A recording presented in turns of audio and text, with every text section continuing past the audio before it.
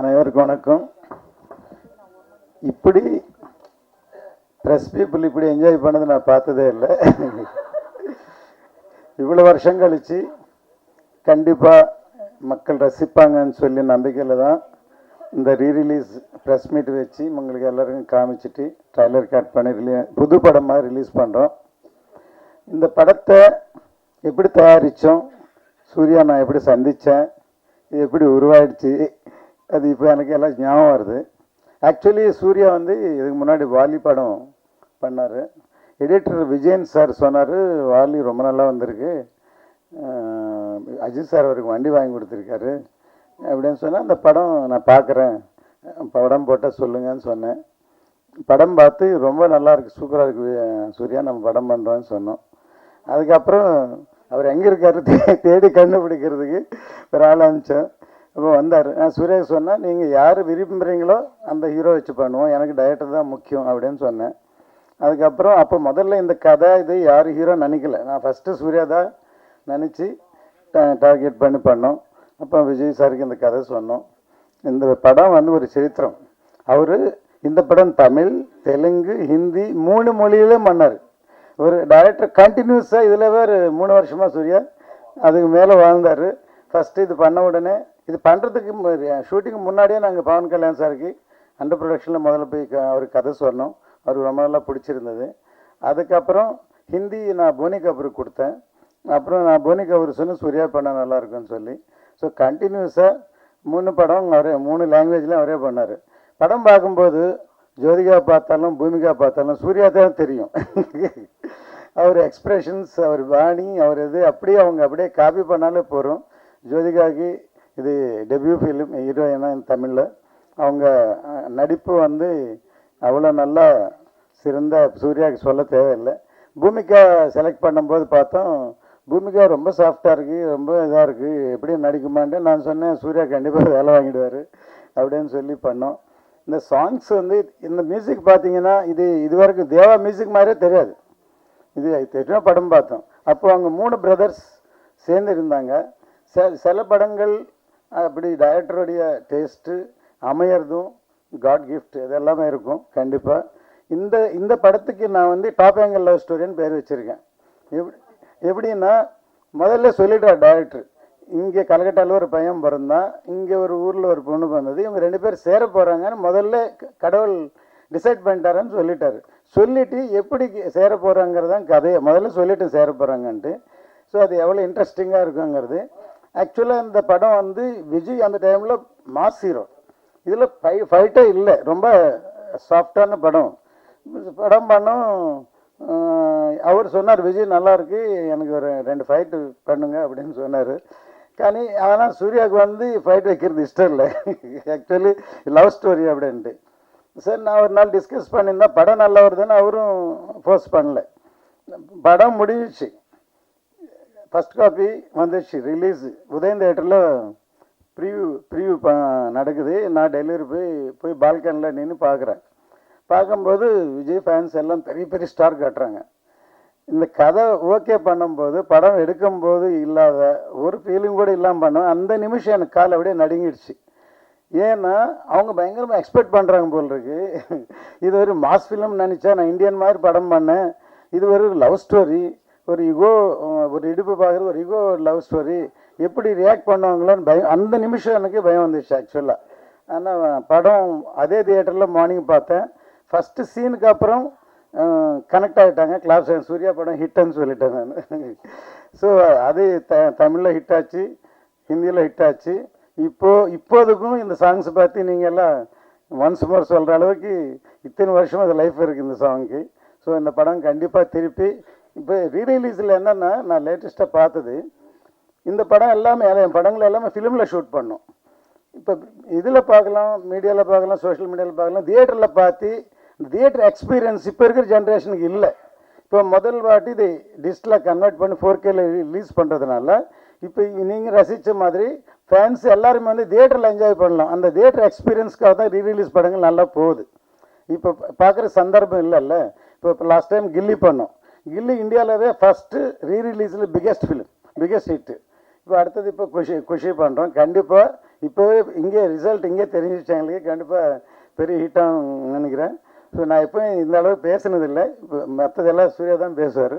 எல்லாருக்கும் போகுது நடக்குது இப்போ இந்தியாவில். ஸோ குஷி பாட்டு பண்ணலாம் எனக்கு தோணிடுச்சு. அது யார் நடிக்கிறாங்களோ, விஜய் சார் பையனே நடிக்கிறாரு, விஜய் சாரே நடிக்கிறாரு, வேறு யாராவது யார் நடித்தாலும் பார்ட் 2 போட்டாலே அதுக்கு ஒரு பிராண்டு. இப்போ எல்லாமே பார்ட் 2, ஹிந்தியில் எல்லாமே பார்ட் 2, பார்ட் 3, பார்ட் 2 போகுது.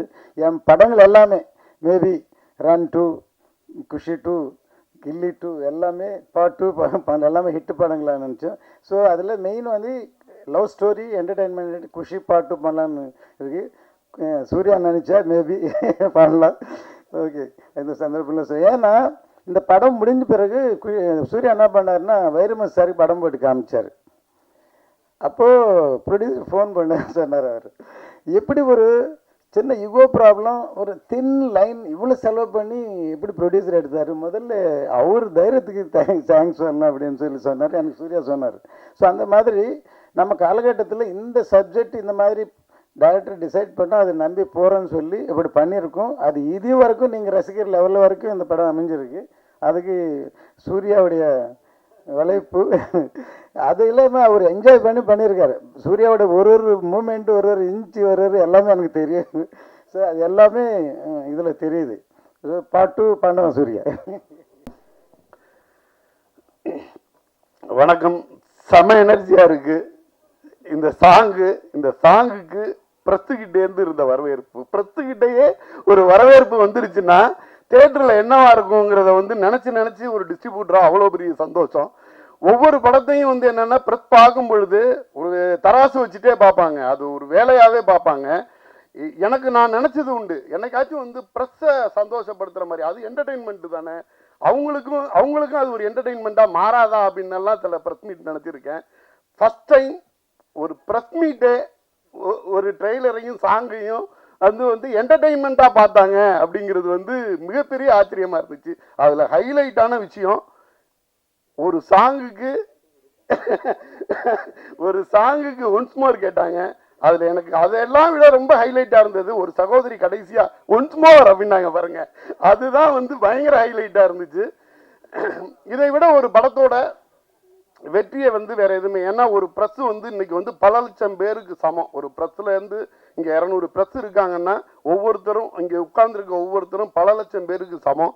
எனக்கு தெரிஞ்சு இந்த பல லட்சம் பேரோட வாழ்த்துக்களோட அவங்களையும் என்டர்டெயின் பண்ண ஒரு மிகப்பெரிய பிளஸ்ஸிங்கோட சார் மிகப்பெரிய வெற்றி வந்து காத்துக்கிட்டு இருக்கு அப்படின்னு நினைக்கிறேன். நான் இந்த சாங் பார்த்துக்கிட்டு இருக்கும்போது, கட்டிப்பிடி சாங் பார்த்துக்கிட்டு இருக்கும்போது விஜய் சார் வந்து அரசியல்லாம் வச்சிருக்காரு, அரசியல்லாம் வந்துட்டாரு. நான் வந்து கோரிக்கை கொடுக்கணும்னு நினச்சேன் மும்தாஜ் மேம்க்கு. தமிழ்நாட்டில் இந்தியாவோட எந்த இடத்துல நீங்கள் இருந்தீங்கன்னாலும் குஷியோட ரீரிலீஸில் ஃபர்ஸ்ட் டே ஃபர்ஸ்ட் ஷோ வந்து தேட்டரில் பாருங்கள். உங்கள் லைஃப்பில் அப்படி ஒரு சந்தோஷத்தை அடைய மாட்டீங்க. அந்த அளவுக்கு பொதுமக்களால் கொண்டாடப்படக்கூடிய ஒரு பாட்டாக இருக்க போகுது. ஏன்னா இங்கே ப்ரெஸ்ஸே அந்த பாட்டை ஒன்ஸ் மோர் கேட்டுட்டாங்க. அதை விட வந்து இதுக்கு வந்து வேற எதுவுமே சொல்ல வேண்டியதில்லை. எனக்கு சும்மாவே வந்து எஸ்ஜே சூர்யா சார்னாலே ஒரு எனர்ஜி தான். ஒரு ஹார்ஸ் பவரில் சொல்கிற மாதிரி எஸ்ஜே சூர்யா சார் பவரில் சொல்லலாம். இதில் கட்டிப்பிடிடா சாங்கில் பார்த்தீங்கன்னா இடையில ஹார்ஸோட சவுண்டு மிக்ஸ் பண்ணி வருது. எனக்கு நல்லா கனெக்ட் ஆச்சு எஸ்ஜே சூர்யா. நான் அதான் கேட்டுட்டு இருந்தேன், சார் இன்னைக்கே இந்த எனர்ஜினா 25 வருஷத்துக்கு முன்னாடி இந்த சாங் பண்ணும்போது நீங்கள் என்ன எனர்ஜியில் இருந்திருப்பீங்க அப்படின்ற மாதிரி தான் சார்கிட்ட கேட்டுட்டு இருந்தேன். ரொம்ப ரொம்ப ரொம்ப சந்தோஷமான விஷயம். எஸ்ஜே சூர்யா சார் சொல்லிட்டு இருப்பார் ஒரு 2 வருஷத்துக்கு முன்னாடியே, சார் இப்போ இல்லை ஒரு 5-6 இயர்ஸுக்கு முன்னாடி பேசும்பொழுது ஒரு ஆர்டிஸ்டாக ஒரு கலக்குவேன் சார் அப்படின்னே சொல்லுவாங்க. எப்படி இவ்வளோ கான்ஃபிடென்ட்டாக சொல்லிக்கிட்டு இருக்காங்க அப்படின்ற மாதிரிலாம் சொல்லி பார்த்துட்டு இருந்தேன். இன்னைக்கு வந்து இந்தியா பூரா கொண்டாடப்படக்கூடிய ஒரு நடிகர் எஸ்ஜே சூர்யா அப்படின்ற ஒரு பேர் போடும்போது தமிழ்நாட்டில் உள்ள ஒவ்வொரு சின்ன ஊர் குக்கிராமங்களில் வரைக்கும் கைத்தட்டல் கேட்குது. இந்தியா முழுதும் கொண்டாடப்பட்டுக்கிட்டு இருக்க ஒரு நடிகர். யாராக இருந்தாலும் என்னன்னா அது கம்ஃபர்ட் ஜோனில் ஜாலியாக ஒரு நடிகராக உட்காந்துட்டு இருப்பாங்க. ஆனால் அவர் என்ன சொன்னார்னா, ஒரு 2 இயர்ஸ்க்கு முன்னாடி அவரை மீட் பண்ணுறதுக்கான வாய்ப்பு இருந்துச்சு. சார் செம்ம பீக்கில் நடிச்சுக்கிட்டு இருக்கேன், டைரக்டராக வந்து ஒரு அடிப்பேன் சார் அப்படின்னாரு அவரோட ஸ்டைலில். அதுக்கான முன்னோட்டம்னு நினைக்கிறேன். எஸ்.ஜே. சூர்யா சாரை வந்து ஆர்டிஸ்ட்லேருந்து திருப்பி வந்து ஒரு டைரக்டராக வந்து நம்ம திருப்பி பார்க்கறதுக்கான முன்னோட்டம்னு நினைக்கிறேன் இந்த குஷியோட ரீரிலீஸு. ஏஎம் ரத்னம் சார் சொல்லவே வேண்டியதில்லை, நான் மதிக்கும் மிகப்பெரிய தயாரிப்பாளர். ஒரு இசையில் இளையராஜா சார் சொல்லணுன்னா தயாரிப்பாளரில் நான் ஏஎம் ரத்னம் சாரை சொல்லுவேன். அவரை விட ஒரு பேஷனாக, அவரை விட ஒரு டெடிகேஷனாக, அவரை விட ஒரு ஒரு ஒரு கான்ஃபிடெண்ட்டாக ஒரு ப்ராஜெக்டை எடுத்துக்கொண்டு போய் எப்படி வந்து அத்தனை வருஷத்துக்கு முன்னாடி ஒரு இந்தியன் பண்ணியிருப்பார் அப்படின்னா இப்போ நினச்சாலும் இது அவர் ஏதோ வந்து 1-2 ஹிட்டு கொடுக்கல, கொடுத்தது எல்லாமே ஹிட்டு. இந்தியன், ரன்னு, தூளு, கில்லி, குஷி, அவரோட ஹிட் லிஸ்ட்டை எடுத்துகிட்டு போனீங்கன்னா இது இங்கே மட்டும் இல்லை, தமிழ், தெலுங்கு, பேசிக்காக வந்து சார் ஒன்று சொல்லிகிட்டே இருப்பார், ஒரு ப்ரொடியூசருங்கிறது வந்து வெறும் ப்ராஜெக்ட் அசம்பிளராக இருக்கக்கூடாது, மேக்கராக இருக்கணும் அப்படிம்பாரு. ரியல் மேக்கர் எத்தனையோ தமிழ் படங்களை கொண்டு போய் ஆந்திராலையும், ஆந்திராவிலேருந்து உள்ள படங்களை வந்து இங்கே தமிழ்லையும் எடுத்துகிட்டு வந்து, தமிழ் படங்களை விட தெலுங்குல வந்து அவர் எழுதின சாங் வந்து தமிழில் ஹிட் ஆனதை விட அதிகமான ஹிட்டு வந்து பேசப்பட்டுக்கிட்டு இருக்குது. ஹிந்தி வரைக்கும் போய் பெரிய லெவலில் கொடி நாட்டிக்கிட்டு வந்த ஒரு தயாரிப்பாளர். அந்த தயாரிப்பாளரோட ஒவ்வொரு, இப்போ நான் கில்லி ரிலீஸ் பண்ணோம், கில்லி வந்து ஆல் இண்டியா லெவலில் ஒரு ரெக்கார்ட் செட் பண்ணுச்சு. ரீரிலீஸில் வந்து அந்த படத்தை வந்து டச் பண்ண முடியுமா அப்படின்னு அண்ணாந்து பார்க்குற அளவுக்கு ஒரு மிகப்பெரிய கலெக்ஷனை கொடுத்துச்சு. நம்ம ரிலீஸ் பண்ண ஒவ்வொரு தேட்டருமே வந்து திருவிழா மாதிரி கொண்டாடப்பட்டுச்சு. எனக்கு தெரியும் அந்த அந்த அந்த ரிலீஸுக்கு ரத்னம் சார், நான் கில்லியோட ஃபர்ஸ்ட் ரிலீஸில் நான் இருந்திருக்கேன். அந்த கில்லி படத்தோட ரிலீஸ்க்கு ரத்னம் சாரோட எஃபர்ட் என்ன, எந்த அளவு கான்ஃபிடென்ட்டோட அவ்வளோ பெரிய பட்ஜெட்டில் அன்னைக்கு அந்த படத்தை பண்ணாங்க அப்படிங்கிறது வந்து எனக்கு தெரியும். அந்த படத்தோட வெற்றி அன்னைக்கு அவருக்கு கிடைச்சதை விட, சாருக்கு கிடைச்சதை விட, இன்னைக்கு ஒரு வருஷத்துக்கு முன்னாடிக்கு அவங்களுக்கு வந்து திருப்பி அது வந்து பண்ணுதுன்னா, என்னைக்கும் நம்ம பண்ண உழைப்பு, நம்மளோட டெடிகேஷன் ஒழுங்காக இருந்துச்சுன்னா நமக்கான சன்மானமோ வெற்றியோ அது வந்து கிடைச்சே தீரும் அப்படிங்கிற மாதிரி. அது மாதிரி அடுத்ததாக வந்து குஷியை கொண்டாந்து ரிலீஸ் பண்ணுறாங்க. ரிலீஸ் பண்ணால் எனக்கு வந்து என்னென்னா, ரிலீஸ் படங்கள் நிறையா பண்ணிக்கிட்டு இருப்பேன். ரிலீஸ் படங்கள் பண்ணிக்கிட்டு இருக்கும்போது ஃப்ரெண்ட்ஸுங்க வந்து வாழ்த்து சொல்லுவாங்க, இந்த படம் எடுத்திருக்கேன், நல்ல படம் அப்படின்லாம். நான் எனக்கு என்ன மாதிரி எனக்கு வாழ்த்துக்கள் வருமோ அதை விட பல மடங்கு கில்லிக்கும், அதை விட அதிகமாக குஷிக்கும் எனக்கு வந்துச்சு. எனக்கு அப்போவே வந்து அதோட சக்ஸஸோட மீட்ரு தெரிய ஆரம்பிச்சிச்சு.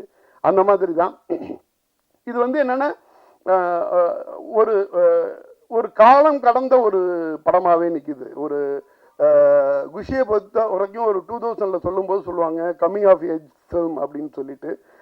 நான் சொல்கிறேன் 2025 இயர்ஸ் கழிச்சும் இது கம்மிங் ஆஃப் ஏஜ் ஃபில்மாக தான் இருக்கும் அப்படின்னு நான் நினைக்கிறேன். இன்றைக்கி உள்ள 2K கிட்ஸு, சென்ட்ரி கிட்ஸ் யார் பார்த்தாலும் அவங்களாலையும் இந்த படத்தை வந்து ஒரு ஒரு ஒரு ஒரு ஈகோவையோ அல்லது ஒரு அடம்பிடிச்ச கழுதையோ அவ்வளோ அழகாக ரிலேட் பண்ணிக்க முடியும் அப்படின்னு நினைக்கிறேன். கண்டிப்பாக எங்களுக்கு என்ன ஆசைன்னா, நிறைய இடத்துல வந்து மகளிருக்கான பிரத்யேக ஷோ போடணுன்ற மாதிரி ஆசைப்படுறோம். FDFSல வந்து மகளிர் ஷோ போடணுங்கிறதே வந்து எங்களோட பிளானு. அது என்ன மாதிரி ரெக்குயர்மெண்ட் வருதுன்னு சொல்லிட்டு தமிழ்நாடு பூரா, ஏன்னா இது ஒரு செலிப்ரேஷனாக, ஒரு என்டர்டெயின்மெண்ட்டாக, கொண்டாட்டம். அதாவது என்னென்னா, திருவிழாக்களே கொண்டாட்டம் தானே. நம்மெல்லாம் வந்து என்னென்னா, நம்மளோட மூதாதையர்கள் நம்ம எல்லாம் வந்து திருவிழாவிலே வாழ்ந்தோம். கூடி கொண்டாட்டமாக சந்தோஷமாக இருந்த நம்ம தானே. இன்னைக்கு நிறைய 2K கிட்ஸ்லையும் ஜென்சி கிட்ஸுக்கும் வந்து அவங்களோட படிப்பு விஷயமாகவும், அவங்களோட பிள்ளைங்களோட படிப்பு, அப்பாக்களோட வேலை சார்ந்து அது மாதிரி திருவிழாக்களை எல்லாம் அட்டன் பண்ண முடியாமல் இருந்திருக்கும். திருவிழாவை மிஸ் பண்ணிங்கன்னா குஷி ரீரிலீஸை மிஸ் பண்ணிடாதீங்க. அது ஒரு மினி திருவிழா மாதிரி தான் அந்த தேட்டரில். நீங்கள் ஒரு கான்செப்ட் மாதிரி இருக்கும். அப்படி தான் நாங்கள் எங்களுக்கு கிடைக்கக்கூடிய எல்லா இடத்துல இருந்து வரக்கூடிய வரவேற்பும் அப்படி தான் இருக்குது. இப்போது இந்த சாங் வந்து சமுதாயத்தில் ஏற்படுத்தின இம்பேக்ட் அப்படின்னு பார்த்தீங்கன்னா, சாங்காகவே இப்போ எனக்கு என்னென்னா, பாப்பு ஒரு பொண்ணு ஒன்று தான் பார்த்தேங்கிறது வந்து பாப்புங்கிறது வந்து எல்லாருக்கும் தெரிஞ்ச வரி. எனக்கு ஞாபகம் இருக்குது, நான் இப்போ எனக்கு சினிமாவுக்கு சம்மந்தம் இல்லை, என்னோட அண்ணன் பையனை வந்து நான் வந்து குட்டி பையனாக பிறந்தப்ப வந்து பாப்புன்னு கூப்பிட்டேன். அவன் கொஞ்சம் பெரிய பையனாக போனதுக்கு பிறகு அவனை பாபுன்னு கூப்பிடுவேன். அது வந்து பாப்பு பாட்டோட இம்பேக்ட். இதை நான் சொல்லிக்கிட்டு இருந்தேன், அர்ஷத் பக்கத்தில் இருந்துட்டு சொல்லிக்கிட்டு இருந்தா, என்னோட அத்தை பொண்ணு அவங்க இப்போ வந்து எம்பிபிஎஸ் முடிச்சிருக்காங்க, அமுதர்ஷினின்னு. அவங்க வந்து அரௌண்ட் 2000 பிறந்திருப்பாங்க போல. அந்த வீட்டில் அவங்களுக்கு நிக்நேம் பாப்பு. இந்த நிமிஷம் வரைக்கும் அவங்க டாக்டர் ஆகிட்டாங்க, வீட்டில் வந்து பாப்பு வந்தாங்க போனாங்க அப்படின்னு தான் சொல்லிக்கிட்டு இருக்காங்க. ஸோ அதாவது என்னென்னா, ஒரு இசையாக இருக்கட்டும், ஒரு கிரியேட்டிவாக இருக்கட்டும், அது மக்கள் மத்தியில் என்ன மாதிரி வந்து அதுக்கான லைஃப் அது தேடிக்குது அப்படின்னு பார்த்தீங்கன்னா, அது மக்களோட ரொம்ப இணக்கமாக இருக்கும் பொழுது, மக்களை மகிழ்ச்சிப்படுத்தும் பொழுது, அப்போ தான் அது வந்து அவ்வளோ நெருக்கமாக இருக்கிறதுக்கான ஒரு வாய்ப்புள்ள ஒரு விஷயமா இருக்கும். குஷி நிறைய நிறைய நிறைய வெற்றிகளை பார்த்துருக்குது. 175 days வந்து பல திரையரங்கங்களில் ஓடுனது. 100 days எத்தனை தேட்டரு, அதை எடுத்து போடும்பொழுது தளபதி ஃபேன்ஸ் எல்லாமே வந்து ரொம்ப ரொம்ப பாசிட்டிவான ஆட்கள். நான் ரீரிலீஸ்னு போட்டதுக்கு பிறகு அதுக்கு கீழே அழகாக டேட்டா எடுத்து போட்டிருந்தாங்க.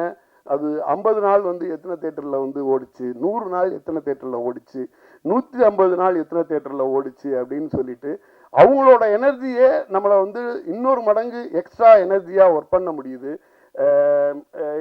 எங்களால் என்ன பண்ண முடியுதுன்னா, இதுக்கான ஒரு ரிலீஸ் படத்துக்கு வந்து நிறைய எக்கச்சக்க மெட்டீரியல் கிடச்சிரும். இதுக்கான மெட்டீரியலை வந்து நாங்கள் கிரியேட் பண்ண வேண்டியது இருக்குது. ஆனால் என்னென்னா, ஒரு சின்ன மெட்டீரியல் நாங்கள் வந்து இந்த குஷியோட ரீரிலீஸ் பற்றி நாங்கள் ரிலீஸ் பண்ணுறோன்னா அதுக்கு தரக்கூடிய வரவேற்பு இருக்குல்ல, எங்களை மேலே ஒர்க் பண்ண வைக்குது. அதை வந்து விஜய் ஃபேன்ஸ் வந்து அவ்வளோ அழகாக சோசியல் மீடியாவில் ரிசீவ் பண்ணுறாங்க. அவங்களுக்கு ஒரு மிகப்பெரிய எக்ஸ்பீரியன்ஸ் இருக்குது, ரிலீஸ் பற்றின ஐடியா ப்ராப்பராக இருக்குது. இந்த படத்தை இந்த மாதிரி ரிலீஸ் பண்ணுங்க, எங்களுக்கு இத்தனை தேட்டரில் போட்டால் போதும், இந்த மாதிரி ரிலீஸ் பண்ணுங்கிற மாதிரி எல்லாம் வந்து பண்ணுறாங்க. எனக்கு வந்து என்னென்னா, அவங்க வந்து வேறு துறையில் இருப்பாங்க, வேறு துறையில் இருந்தால் கூட ஒரு சினிமா துறை சார்ந்த ஒரு விஷயத்தை எந்த அளவுக்கு நுணுக்கமாக வந்து கவனிக்கிறாங்க.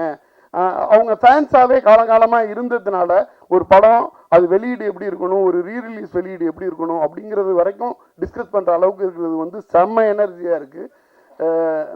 நாங்கள் வந்து ஒரு குஷி ரீரிலீஸ் பண்ணுறத மிகப்பெரிய ப்ரைடாக செம சந்தோஷமாக எடுத்து நாங்கள் பண்ணிக்கிட்டு இருக்கோம். நிச்சயமாக எனக்கு வந்து என்னென்னா, இன்னைக்கு ப்ரெஸ் மீட்டில் ப்ரெஸ்ஸோட எனர்ஜி லெவலில் 20% ஆடியன்ஸ் கிட்ட இருந்துச்சுனாலே பல கோடி ரூபா வருமானம் சார், ரத்னம் சாருக்கு இன்னைக்கு சொல்லிடுறேன். நன்றி. வணக்கம்ங்க, எல்லாம் நல்லா இருக்கீங்களா? ரொம்ப நாளைக்கு அப்புறம் திருப்பி உங்களை சந்திக்கிறதுல வந்து ரொம்ப ரொம்ப சந்தோஷம். ஆக்சுவலாக ரீசெண்டாக ரிலீஸ் இல்லாமல் இருந்தனால இப்போ இதை ஒரு சாக்காக வச்சு உங்களெல்லாம் சந்திச்சதில் எனக்கு ஃபஸ்ட்டு சந்தோஷம் அது எனக்கு முதல்ல. அப்புறம் நல்ல ஒரு மாலை.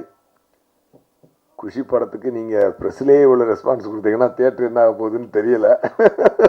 அதுவும் இன்னைக்கு இளைய தளபதியை திருப்பி பார்க்குறதுக்கு எனக்கே ரொம்ப சந்தோஷமாக இருக்குது. திருப்பி ரொம்ப ஏன்னா we are missing that space இல்லை. ரொம்ப ரொம்ப க்யூட்டாக ரொம்ப அழகான ஒரு பர்ஃபார்மன்ஸ். ஜோதிகா மேடம் அவங்களுமே சூப்பர் ஆக்ட் பண்ணியிருக்காங்க. எல்லாத்தையும் திருப்பி நினச்சி பார்க்கும்போது ஆக்சுவலாக என்னென்னாங்க, ஒரு இந்த படத்தினுடைய கதையை நான் சொல்லும்பொழுது நான் ஒரு 2.5 மணி நேரம் சொல்லுவேன். நான் ரத்னம் சார் நான் தான் போனோம் விஜய் சாரை பார்க்குறதுக்கு. அப்போ நம்ம படம் சொல்லும்பொழுதே நம்ம மைண்டில் படத்தை பார்த்துடுறோம். அதுக்கப்புறம் பார்த்தீங்கன்னா சீனை ஒன்றா ஷூட் பண்ணும்பொழுது நம்ம ஷூட் பண்ணி ஒரு சீனை வந்து நாங்கள் வந்து 1 lakh டைம் பார்ப்போம். ஏன்னா எடிட்டிங்கில், அது டிஸ்கஷனில், மியூசிக் டைரக்டருக்கு கதை சொல்லும் பொழுது, அசிஸ்டன்ட் டைரக்டருங்களுக்கு கதை சொல்லும் பொழுது, டைரக்டர் அந்த சினிமோட்டோகிராஃபருக்கு கதை சொல்லும்பொழுது, ஃபைட் மாஸ்டருக்கு கதை சொல்லும் பொழுது, எடுத்த சீனை எடிட் பண்ணும்பொழுது, விஜயன் சாரோட உட்காந்து ரஷ் பார்க்கும்போது, ஒவ்வொரு டைம் பார்த்தீங்கன்னா கிட்டத்தட்ட ஒவ்வொரு சீனையும் நாங்கள் வந்து மிக்சிங் எல்லாத்துலேயும் பார்த்தோம். ஃபைனல் ட்ரிம்மிங் மிக்சிங் இது வரைக்கும் பார்த்தீங்கன்னா கிட்டத்தட்ட 1 lakh டைம் வந்து ஒரு சீனை நாங்கள் கோத்ரூ பண்ணுறோம் அந்த மைண்டில். ஸோ அப்போ பார்த்து இருக்கும்பொழுது படம் ரிலீஸ் ஆகுறதுக்குள்ளே வந்து பார்த்திங்கன்னா அந்த டைரக்டருக்கு இந்த படம் வந்து என்னது நல்லா இருக்கா நல்லா இல்லையா அதுவே மறந்துடும். அந்த அளவுக்கு நாங்கள் நம்ம ஆகிடுவோம். ஏன்னா ஒரு 100 தடவை பார்த்த ஒரு சீனால் நம்ம ஆயிடுவோம். அதனால் அதுக்கப்புறம் தியேட்டரில் ஆடியன்ஸோடு போய் ஆடியன்ஸை ரசிக்கிறதும் கைத்தட்டுறதையும் பார்த்து ஓ பரவாயில்ல நம்ம நினச்சது கரெக்டாக இருக்குது அப்படின்னு தான் பார்க்க முடிஞ்ச வெளியேற ஒரு ஆடியன்ஸாக நான் ஒரு மேக்கர் வந்து அந்த படத்தை என்ஜாய் பண்ணவே முடியாது ஒரு ஆடியன்ஸ். ஏன்னா ஆடியன்ஸ் வந்து ஃப்ரெஷ் மைண்டில் வருவாங்க, அவங்களுக்கு எதுவுமே தெரியாது. ஒரு ஆடியன்ஸாக ஃபஸ்ட்டு என்ஜாய் பண்ணுவாங்க. ஃபஸ்ட் டைம் நான் ஆடியன்ஸாக இந்த சாங்கை பார்த்தேங்க இந்த படத்தை. ஏன்னா ரியலாக நான் என்ஜாய் பண்ணேன் உண்மையாக. சே அப்போ ஆடியன்ஸ் எவ்வளோ என்ஜாய் பண்ணியிருப்பாங்கல்ல அப்படின்றது எனக்கு இன்றைக்கி ஃபீல் ஆச்சு உண்மையாகவே. ஏன்னா 20 இயர்ஸ் ஆச்சு இல்லையா. ஸோ அவ்வளோ கேப் விட்டு இந்த படத்தை பார்க்கும் பொழுது அவ்வளோ ஒரு பரவசம் ஒன்று உண்டாகுது மனசுக்கு.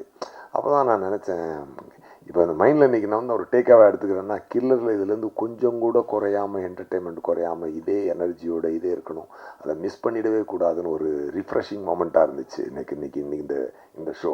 மேபி இந்த ரிலீஸே வந்து எனக்கு அது ஒரு ரீஃப்ரெஷிங் மொமெண்ட்டாக இருக்க போகுது கண்டிப்பாக. அதுவும் இல்லாமல் கட்டிப்புடுறா சாங் என்னங்க இங்கேயே 3 தடவை ஒன்ஸ் மாதிரி கேட்குறீங்க. ஐயோ என்ன ஒரு அதில் என்னென்னா ஒரு ஒரு ஒரு கிளாமர் சாங் தான். ஆனால் அதில் ஏன் அவ்வளோ ஒரு ஈர்ப்பு இருக்குன்னு சொல்லி பார்த்தீங்கன்னா நாட் ஓன்லி அந்த சாங்கில் வந்து அந்த மெலடி வந்து ஒரு ஸ்வீட்டான மெலடிங்க. அது ஒரு ஒரு ஒரு பழைய பாட்டு உண்டு, செந்தமிழ் தேன் மொழியாள் நிலாவென சிரிக்கும் மலர் கொடியாள் நிலாவென சிரிக்கும் மலர் கொடியா. அந்த பாட்டு தான் தேவா சார்ட்ட சொல்லி இது இப்படி மாற்றலாம் சார்னு சொல்லி செந்தமிழ் தேன் மொழியாள் கட்டி பூடிடா. ஏன் உங்களுக்கு எத்தனையோ ஒரு கிளாமர் சாங் வந்திருக்கு, ஆனால் ஏன் உங்களுக்கு அது ஈர்க்குது அப்படின்னு சொல்லி பார்த்தீங்கன்னா அது ஒரு அருமையான ஒரு பொயட்டிக் சாங். அது அந்த பொயட்டிக்கான ஒரு சாங்லேருந்து எடுத்த மெலடின்றதுனால அந்த மெலடி வந்து அப்படி உள்ளே புகுறுது, ஆடியன்ஸுக்குள்ள அப்படி புகுறுது. அது ஒரு வார்ம் ஃபீலை ஒன்று கிரியேட் பண்ணுது.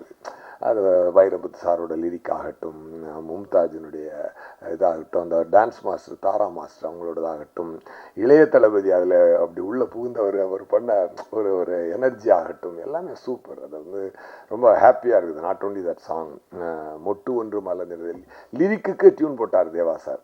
இந்த லிரிக் சார் இந்த வழக்கமாக டியூன் போட போனோடனே தேவா சார் வந்து சார் என்ன பண்ணலாம் இன்றைக்கி அப்படின்னு சொல்லி கேட்பார். இந்த இடம் வந்து நம்ம வந்து ஒரு லிரிக்கை கொடுக்குறேன், நீங்கள் டியூனுக்கு லிரிக் இல்லை சார், இந்த இடம் லிரிக்கை தரோம், நீங்கள் அதுக்கு டியூன் போடணும் சார் அப்படின்னு சொல்லி சொன்னேன். என்ன லிரிக் சார்னா வைரமுத்து சார் ஒரு லிரிக் வச்சுருந்தார்.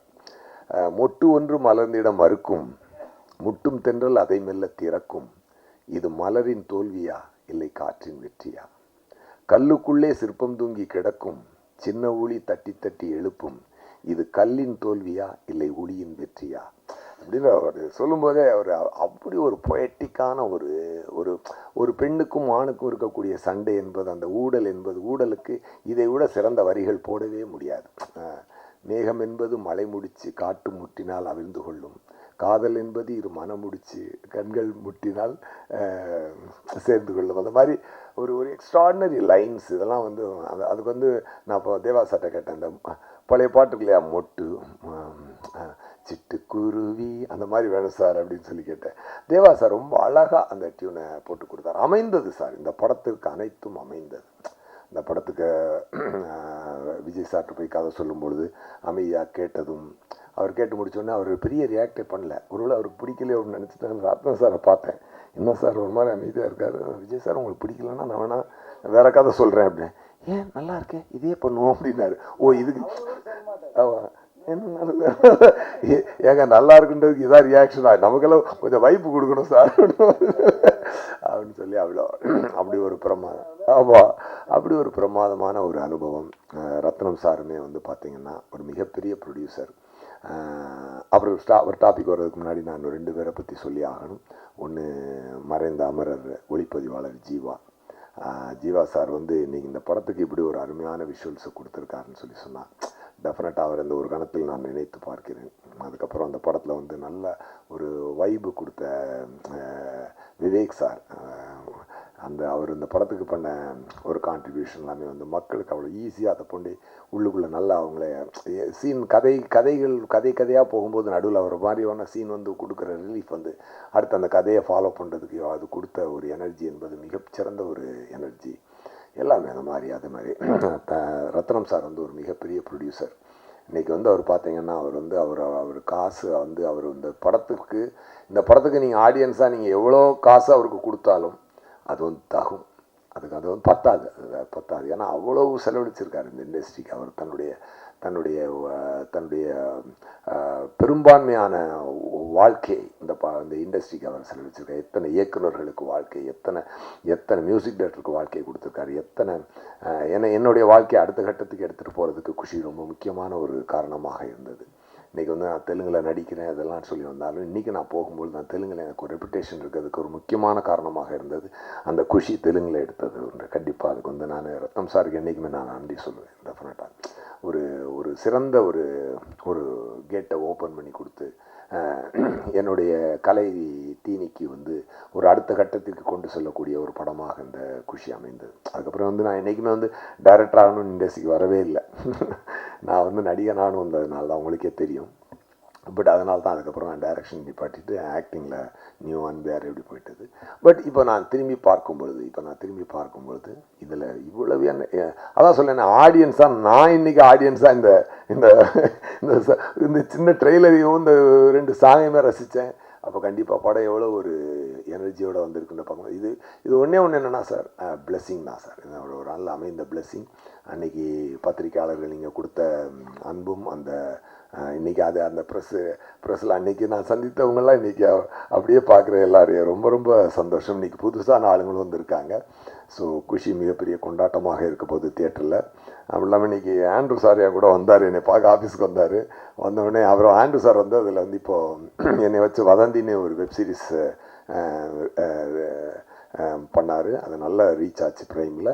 அதுக்கப்புறம் கொலைகாரன் டைரக்டர் என்னுடைய அசிஸ்டண்ட் அவர். ஸோ வாலியிலேருந்து என் கூட அசிஸ்டண்ட்டாக ஒர்க் பண்ணார். சரி வந்தார், சார் வாங்க சார் எனக்கு குஷி இதுதான் ஈவெண்ட் தான் போகலாம் அப்படின்னு சொல்லிட்டு.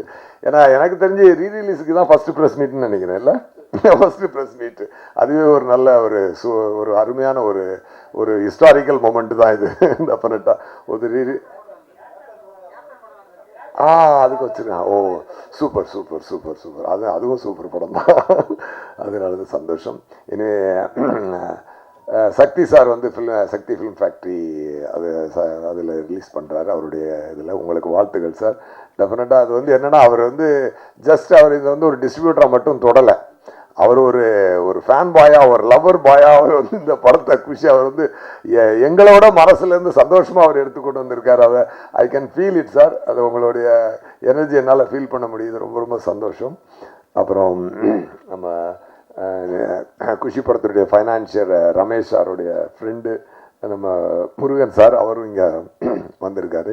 அவரும் தயாரிப்பாளர். ஸோ இண்டஸ்ட்ரியில் எவ்வளோ வளர்ச்சிகள், எத்தனையோ பேருக்கு ஒரு பாதையாக இருந்த குஷி நமக்குமே இன்றைக்கி இது ஒரு தான் ரீஃப்ரெஷிங்காக பார்க்கும்பொழுது இனிமேல் இந்த மாதிரி நல்ல மக்களுக்கு வந்து அந்த சாங்ஸ், அந்த எனர்ஜியான சாங்ஸ், அதெல்லாம் மேகம் கருக்குது அந்த பாட்டு எல்லாமே ஸோ மக்கள் பயங்கரமாக என்ஜாய் பண்ண போகிறாங்க.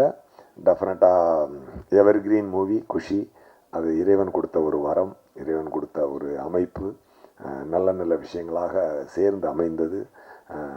அப்படி ஒரு அமைப்பு வந்து ரொம்ப ரேராக தான் அமையும். அது ரொம்ப சந்தோஷமாக இருக்குது. Thank you so much. நீங்களும் ஒரு மியூசிக் டைரக்டர் அப்படிங்கிறதுனால நல்லா பாடுவீங்க. இந்த குஷி படத்தில் வந்து சார் கட்டிப்பிடி சாங் வந்து எடுக்கும் போதே இவ்வளோ ஹிட் ஆகும்னு நினச்சிங்களா? அந்த ஷூட்டிங் ஸ்பாட் எக்ஸ்பீரியன்ஸ் பற்றி எனக்கு கொஞ்சம் சொல்லுங்கள் சார். ஆக்சுவலாக இல்லை, சாங் வந்து எப்போவுமே வந்து அந்த ரெக்கார்டிங்லேயே தெரிஞ்சிடும். ஒரு வைப் வந்துடும் அந்த ரெக்கார்டிங்கில். ஏன்னா எதுவுமே மனசுக்கு உள்ள ஹிட் ஆகாமல், உள்ள எனர்ஜி ஏற்றாமல் ஒரு விஷயத்தை நாங்கள் பண்ணுறதே கிடையாது. ஸோ அதான் சொல்கிறேனே, அந்த கிரியேட்டிங் ஏரியாவில் தான் நாங்கள் என்ஜாய் பண்ணுறது.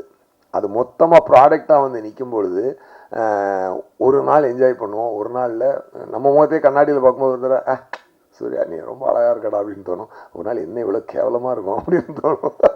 அந்த மாதிரி அது வந்து உணர்வுகள் மாறிக்கிட்டே இருக்கும். அதனால் உண்மையை சொல்லணும் அப்படின்னு சொன்னால் நான் உண்மையாகவே சொல்கிறேன். நான் இன்னைக்கு ஆடியன்ஸாக தான் குஷி என்ஜாய் பண்ணி இங்கே உட்காந்து பார்த்தேன் நான் இந்த சாங்கை பார்க்கும்போது. ஏன்னா நானும் டிவியில் பார்த்து நிறைய டிவியில் வந்துருச்சு, யூடியூப்பில் பார்க்குறோம், நம்ம யூடியூப் சோனியில் கனெக்ட் பண்ணிட்டு அப்புறம் அப்படி பார்க்குறோம். அப்போமெல்லாம் அது இது பெரிய ஸ்க்ரீனில் பார்க்கும்பொழுது இன்னும் அதனுடைய டெஃபினட்டாக ஆடியன்ஸ் அதை என்ஜாய் பண்ணுவாங்க. இல்லை நீங்கள் கேட்ட கொஸ்டின் எனக்கு புரியுது.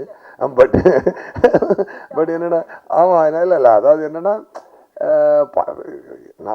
நாங்கள் எது பண்ணாலும் ஹிட் ஆகும் அப்படின்ற நம்பிக்கை எப்பொழுதுமே உண்டு. அது என்னென்னா நமக்கு உள்ள ஹிட் ஆகிடுச்சுனாலே அது ஹிட் ஆகிடும், அவ்வளோதாங்க, அவ்வளோதான். அதனால் அது ஒன்று தான். பட் உண்மையாக அன்னைக்கு என்ஜாய் பண்ணதை விட நான் இன்றைக்கி தான் ரொம்ப என்ஜாய் பண்ணேன். அதான் உண்மை. உங்கள் கொஸ்டினுக்கு அதான் ஆன்சர்.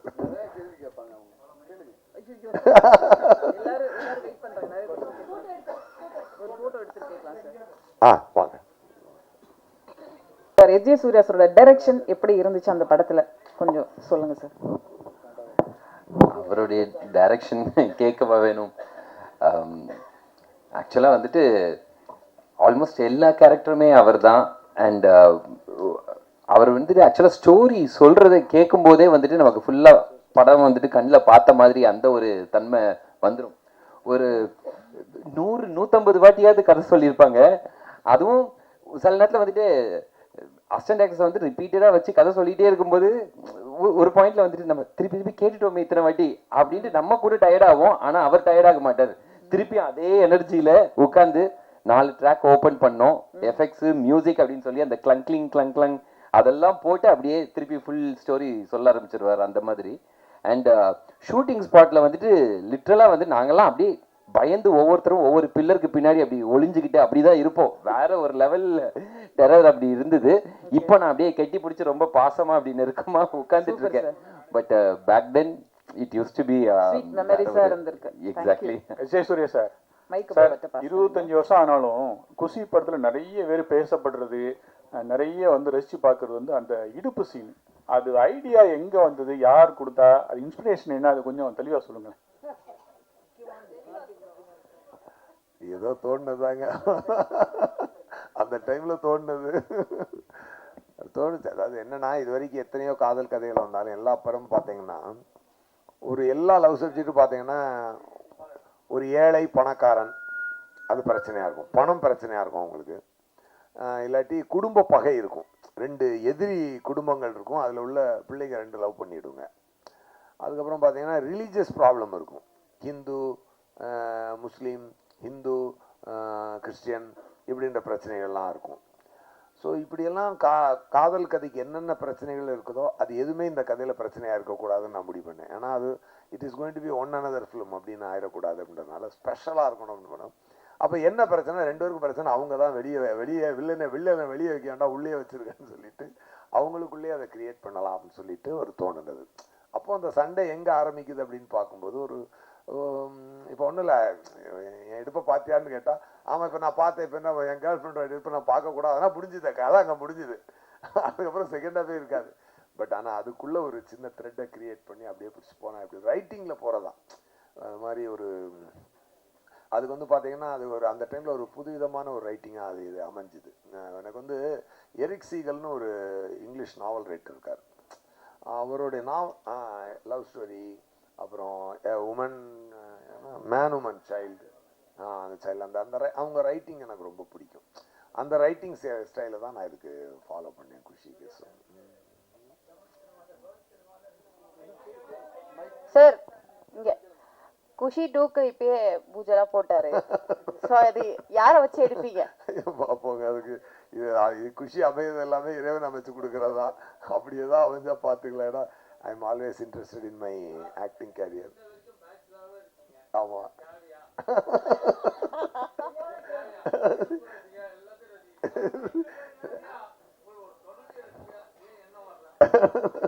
இல்லை நான் கொஞ்சம் ஃப்ரீ பேர்ட், நான் அப்படி ஃப்ரீயாகவே இருந்துடுறேன், விட்டுருக்கேன்.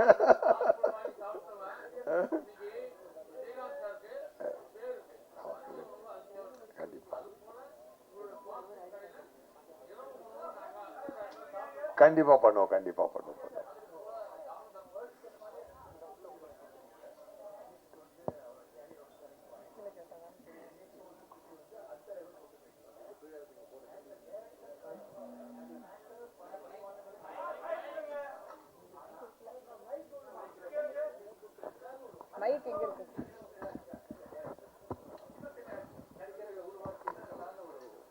எனக்கு ஒரு சின்ன ஒரு ஃபீல் இருக்கு.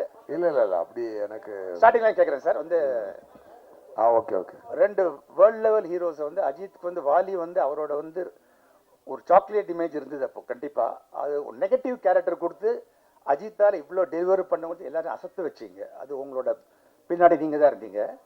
குஷி வந்து விஜய்க்கு வந்து ஒரு சச்சினுக்கு அப்புறம் வந்து படம் நினைக்கிறேன். அதுக்கு முன்னாடியா ஒரு டேர்னிங் பாயிண்ட் அவரோட கேரியர்ல. அப்பதான் அந்த கிராஃப் தூக்கிட்டு இருந்தது.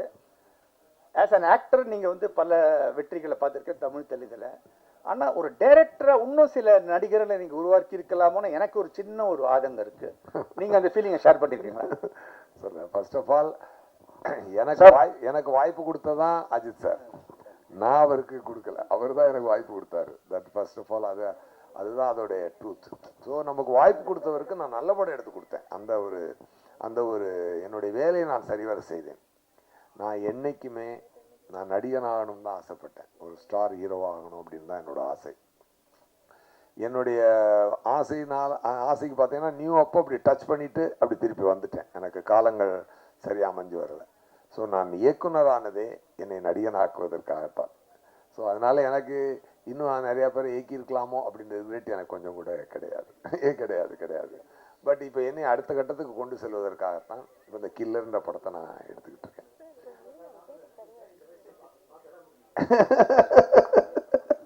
சூப்பர். அதனால அதுதான் அது. ஸோ எனக்கு அதில் ரிக்ரெட் எதுவும் இல்லை. ஸோ நான் கரெக்டாக என்னுடைய லைஃப்பை நான் பிளான் பண்ணி எப்படி போகிறேனோ அது கரெக்டாக போகுது. Thank you so much. Surya sir இங்க இந்த படத்தோட ஆடியோ லான்ச் அப்போ ஆல்பர்ட் நடந்தது. கரெக்ட். அஜித் சார் கலந்துட்டு வாழ்த்தினார். ஆமா. அதே மாதிரி மறுபடியும் அஜித் சார் கலந்துட்டு வாழ்த்த வாய்ப்பு இருக்கா இனிமேல்? எங்க அஜித் சார் தான் பிடிக்கவே முடியாது. அவர் ஒரு தனி உலகத்துல வாழ்றாரு இல்லையா? அண்ணா எனக்கு இந்த குஷியில எனக்கு மெயின் குஷி நீங்க கல்யாணம் பண்ணிக்கணும்ன்ற ஆசை. அத பண்ணிக்கணும். படம். ஏன்னா இடுப்பு அழக எல்லா அழகும் ரசிக்க தெரிஞ்சவங்க ஒரு மனைவியின் அழக ரசிக்க தெரியாதா? படம் சார். இதுல விஜய்க்கு இளைய தளபதி போட்டிருக்கீங்க, சூர்யா மேடமுக்கு இளைய நிலான்னு போட்டிருக்கீங்க பட்டம். அது யார் கொடுத்தது? இல்லை, நானாக தான் கொடுத்தேன். அது ஒன்றும் அதாவது என்ன அப்படின்னா ஒரு மூன் என்பது ஒரு ஒரு அழகான ஒரு விஷயம். நம்ம எல்லாருக்குமே ஒரு கூலாக இருக்கும் இல்லையா? மூன் என்பது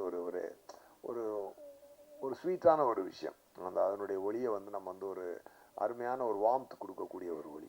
ஸோ அது வந்து ஒரு நியூ ஆக்டராக அவங்க இன்ட்ரடியூஸ் ஆகும்பொழுது அவங்களுக்கு அப்படி ஒரு பேர் கொடுக்கலான்னு எனக்கு தோணுச்சு. படத்துல அதே போல ஓப்பனிங் ஷாட்டே வந்து கிளைமேக்ஸை காமிச்சிருப்பீங்க. ஆமா. பழைய படங்கள் சில படங்களை காட்டிருப்பாங்க. ஆனா இது தைரியமா கிளைமேக்ஸையே ஓப்பன் பண்றேன் அப்படின்னு வச்சது அவர் ப்ரொடியூசர் ஏதாவது சொன்னாரா? இல்லை, என்னன்னா சார் எப்பொழுதுமே சப்போர்ட் தான். அவர் வந்து ஏன்னா ஒரு விஷயம் நல்லா இருக்கும்பொழுது அவருக்கு வந்து அவர் எதிர்த்து சொல்ல போகிறது இல்லை. நல்லா இருக்கிறதுக்கு வந்து சப்போர்ட்டாக நல்ல விஷயம் சப்போர்ட்டாக கொண்டு வர வழியாக அதை எதிர்த்து அவர் சொல்ல போகிறது இல்லை. இப்போ என்னன்னா நான் நேரேட் பண்ணும்போது உங்களுக்கு படமே அப்படியே படம் பார்க்குற மாதிரியே சொல்லிடுவேன் கதை. அதனால அவங்களுக்கு வந்து அந்த டவுட் வராது. இப்போ தமிழ் சினிமாவில் பார்த்தீங்கன்னா நிறைய படங்கள் தேக்கத்தில் நிற்குது அப்படின்னு சொல்லியிருக்காங்க. பல பேர் வந்து அழுகிறதுலாம் உங்களுக்கு கேட்கும் அந்த குரல்லாம். பட் ஆனால் இந்த படங்கள் ரீரிலீஸ் வரும்பொழுது தேட்டர்கள் ஃபுல்லாகிடுது. அப்படி இருக்கும்போது எங்கள் படம்லாம் வரமாட்டுது, ஏன் இதை நீங்கள் ஸ்டாப் பண்ண மாட்டீங்க நிறைய பேர் குரல் கொடுக்குறாங்க. அதாவது என்னன்னா சார், எதுவுமே வந்து ஒரு காலகட்டத்தில் ஒரு விஷயங்கள் நடக்கும். அந்த காலகட்டத்தில் நம்மளை வின் பண்ணிக்கிற மாதிரி விஷயங்களை நம்மளே செஞ்சு உடச்சி வந்தால் தான் உண்டு. இங்கே பாரதிராஜா சாருக்கும் மகேந்திரன் சாருக்கும் மணிரத்னம் சாருக்கும் சங்கர் சாருக்கும் எல்லாருக்குமே யாருமே வந்து ரெட் கார்பெட் போட்டு கூட்டு வரல. எஸ்.ஜே. சூர்யாவுக்கும் செல்வராகவனுக்கும் யாருக்குமே ரெட் கார்பெட் போட்டு வாங்கடா படம் எடுங்கன்னு சொல்லிட்டு கூட்டிகிட்டு வரல. நம்மளே உடச்சி வந்து அந்த இடத்துல தனக்கு ஒரு இடத்த பிடிச்சிக்கணும், அவ்வளோதான். சில நேரம் நம்மளுக்கே இடம் இல்லாமல் போயிருக்கு. இதே எஸ்.ஜே. சூர்யா 2008 2015 வரைக்கும் எங்கே இருந்தானே தெரியாமல் போயிடுச்சு. அப்படி ஒரு காலகட்டத்தை நானும் சந்திக்க வேண்டி வந்தது. ஒரு ஏழரை சுற்றுற மாதிரி சுற்றிடுச்சு. அதுக்கு ஒன்றும் அதை நம்ம ஃபேஸ் பண்ணி தான் ஆகணும். ஸோ அந்த மாதிரி அப்போ சினிமா என்பது என்றைக்குமே நல்லா இருக்கும். அந்த நல்லா இருக்கிற சினிமாவில் நாம் இருக்கோமான்னு பார்த்துக்கணும், அவ்வளோதான். இன்னைக்கு வந்து கிட்டத்தட்ட 2000 ரிலீஸ் ஆன ஒரு குஷி இன்னைக்கு 2025 அதை பற்றி பேசிட்டு நம்ம உட்காந்துருக்கோம். இன்றைக்கி நம்மளும் லைம் லைட்டில் படம் பண்ணிகிட்டு இருக்கோன்றது இறைவனுக்கு நம்ம முதல்ல ஒரு நன்றியை சொல்லிட்டு இன்னும் உத்வேகத்தோட இதை குஷியை விட நான் சிறப்பாக இப்போ பண்ணிகிட்டு இருக்க கில்லரை பண்ணணுன்ற பயமும் ஒரு வேகமும் தான் வருதே வழிய மற்றபடி ஸோ நீங்கள் கேட்ட கொஸ்டினுக்கு ஆன்சர் என்னன்னா, அந்தந்த காலகட்டத்தில் நம்மளா உடச்சி தான் வெளியே வரணும். யாரும் நம்மளை வாங்கன்னு சொல்லி கூப்பிடவே மாட்டாங்க. அதுதான் பாயிண்ட். ஸோ அதை தான் ஃபாலோ பண்ணிக்கணும் மற்றவங்கன்றது என்னோட request. Rathnam sir, thanks for giving great evening. ரொம்ப என்ஜாய் பண்ணோம் எல்லாருமே. சூப்பர் மேடம், எப்படி இருக்கீங்க? நல்லா இருக்கீங்களா? சூப்பரா இருக்கேன் சூர்யா. அண்ட் ஃபேமிலி ஷோ போடுங்க மீடியாக்கு. அதாவது எவ்ரிபடி ஷுட் என்ஜாய். நோ த ஃபேமிலியோட வந்து என்ஜாய் பண்ணி இன்னும் கத்துவோம், கூத்தடிப்போம் எல்லாருமே. சரி, சவுண்ட் இந்த பக்கம் அதிகமா வந்துச்சா அந்த பக்கம் அதிகமா வந்துச்சா சொல்லுங்க. சவுண்ட் எந்த பக்கம்? அதான் எனக்கு ஆச்சரியமா இருந்தது. இதுல லேடிஸ் வந்து கட்டிப்பிடி அன்சுவர் கேட்குறாங்க. அப்போ ஆடியன்ஸ் இது வரைக்கும் கில்லியில் பார்த்தீங்கன்னா எல்லாம் மாஸ் சாங்ஸு. சமீபத்தில் ஒரு டென்டல் டாக்டர் மீட் பண்ணுவாங்க. அவர் வந்து கில்லி ரிலீஸ் ஆகும்போது அவர் படமே பார்க்கல என் தியேட்டரில். ஒரு டாக்டர், சார் ரீ ரிலீஸ் 5 வாட்டி பார்த்தேன் சார். ஒரு டாக்டர் வந்து 5 வாட்டி பார்த்தோன்னே எனக்கு மகிழ்ச்சியாக இருந்தது. இப்போ சார் கேட்டார்ல ரீ ரிலீஸ் திருப்பாங்கன்னு. இப்போது அந்த லெவலுக்கு ஒரு ஸ்டாண்டர்டாக படம் எடுத்தது. எல்லா படம் ரீ ரிலீஸ் எல்லாம் ஓடும்னு தெரியாது. அந்த படங்கள் வந்து திருப்பி இன்றைக்கும் ரசிக்கிற மாதிரி இருந்தால் தான் அவங்க வருவாங்க. இல்லைன்னா அவங்க டைம் வேஸ்ட் பண்ண மாட்டாங்க. நேச்சுரல் அப்படி தான், பணம் வேஸ்ட் பண்ண மாட்டாங்க, டைம் வேஸ்ட் பண்ண மாட்டாங்க. கண்டிப்பாக இந்த படம் நீங்கள் ரசித்த மாதிரி பெரிய வெற்றின்னு எதிர்பார்க்குறோம். சக்தி சார், உங்களுக்கு தான் ஒரே ஒரு கேள்வி. அதான் சொன்னேனே, அது இறைவன் அமைச்சு கொடுக்கட்டும். சார் சக்தி சார், நீங்கள் வந்து பல புது படங்களையும் ரிலீஸ் பண்ணினே இருக்கீங்க. இப்போ சமீப காலமாக பார்த்தீங்கன்னா ரீ ரிலீஸும் பண்ணிட்டு இருக்கீங்க. ஒரு பிஸ்னஸ் வைஸில் நீங்கள் பார்க்கும்போது உங்களுக்கு வந்து ப்ராஃபிட் கொடுக்கறது வந்து புதுசாக ரிலீஸ் ஆகக்கூடிய படங்களா இல்லை இந்த மாதிரி ரீ ரிலீஸ் படமா? ஏன்னா தொடர்ந்து நீங்கள் வந்து ரீ ரிலீஸ் இப்போ பண்ணிட்டு இருக்கீங்க சார். வெற்றி படங்கள் எல்லாமே வந்து ப்ராஃபிட்டான படங்கள் தான் சார். நாங்கள் வந்து என்ன கம்பேரிட்டிவா நான் கேட்கறேன் சார். எதுக்கு கேட்கறேன்னா பிசினஸ் எப்படி இருக்குன்றது. ஏன்னா ஸ்டாண்டர்ட் ஆஃப் த ஃபிலிம்ன்றது பழைய படங்கள் இருக்கிற தரம் இப்ப இருக்கிற படங்களுக்கு இருக்குதா ஆடியன்ஸ் மத்தியில அப்படின்றத என்னோட கேள்வி. ஏன்னா அதை வச்சுதான் ரெவென்யூவே. சார் ரொம்ப நுட்பமான கேள்வி தான் கேட்பீங்க நீங்க எப்போதுமே. ஆக்சுவலா என்னன்னா, பழைய படங்கள்ல வெற்றி அடைஞ்ச நல்ல படங்கள் மட்டும்தான் ரீ ரிலீஸ் பண்ணப்படுது. இப்போ புது படங்கள்ல வந்து நல்ல படங்களும் இருக்கு, சாதாரண படங்களும் இருக்கு. இப்போ ஒருவேளை இன்னைக்கு உள்ள நல்ல படங்கள் இன்னும் ஒரு 20 வருஷம் கழித்து ரீ ரிலீஸ் ஆகலாம். அதனால வந்து ரீ ரிலீஸை வந்து வெற்றி அடைஞ்ச படங்களை தான் பண்றோம். அதனால அதோட வெற்றி வந்து ஏற்கனவே ஓரளவு தீர்மானிக்கப்பட்டிருதுன்னு நினைக்கிறேன். நன்றி சார். நன்றி. எஸ் ஏ சூர்யா சார், குஷி 2 பற்றி பேசினாங்க. குஷி 2 வந்து இப்போ விஜய் சார் நிப்பாட்டிட்டாரு. ஆனால் அவர் பையன் வந்து விஜய் சார் மாதிரி அவ்வளோ அழகாக இருக்காரு. அவரை வச்சு எடுப்பீங்களா? அது மாதிரி ஜோதிகா மேடத்துக்கும் பெரிய பொண்ணு இருக்காங்க. அவங்கள வச்சு 2 பேர் வச்சு ரத்ன சாரை வச்சு நீங்களே டைரக்ட் பண்ண ஒரு வாய்ப்பு கிடைச்சா பண்ணுவீங்களா? நீங்களே ஒரு காஸ்டியை ஃபுல்லாக ஃபிக்ஸ் பண்ணி கொடுத்துட்டீங்க. Wonders cannot be made, wonders should happen. If wonder has to happen, it will happen. நீங்களே நடிக்க வாய்ப்பு இருக்கு. சூர்யா சார், நியூ படம் ரிலீஸ் பண்ண வாய்ப்பு உண்டா? ஏன்னா நீங்க தான் ஹீரோ, ப்ரொடியூசரு. அது இல்லாம வந்து நடிப்பு அரக்கன். ஆனா இப்ப வந்து தமிழ்நாட்டில் நடிப்பு அரக்கன் இல்ல, யாரோ புதுசா ஒரு நடிப்பு அரக்கன் சொல்லிட்டு உங்களே மிமிக்ரி பண்றாங்க. அதுக்கு ஏதாவது பதில்? இல்லை, நியூ ரிலீஸ் பண்ணுறேன். ஆமாம், ரெடி ஆகிட்டு இருக்கு, பிரிண்ட் ரெடி ஆகிட்டு இருக்கு. பிரசாத்தில் தான் அதோடைய டிஜிட்டைசிங் நடந்துகிட்டு இருக்கு, டிஐ போய்கிட்டு இருக்கு. ஆமாம், ப்ராசஸிங் தான் இருக்கு. அதனால் மோஸ்ட் ப்ராபப்ளி ஃபெப்ரவரி சம்மர் அதை இதுக்கு பண்ணலாம், லவர்ஸ் டேக்கு பண்ணி விட்டுலாம்.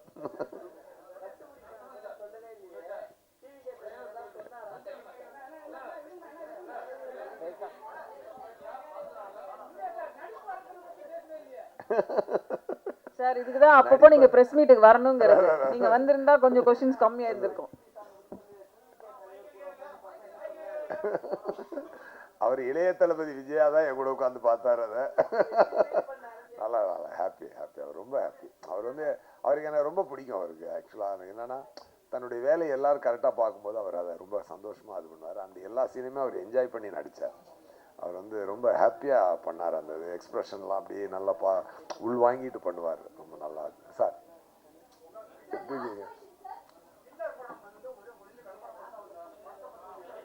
அது இப்போ தான் ஷூட்டிங் தானே போயிட்டுருக்கு. இப்போ மொத்தம் எப்படி 85 நாள் ஷூட்டிங் வரும். இப்போ நான் 17 நாள் ஒரு ஷெடியூல் முடிச்சிருக்கேன்.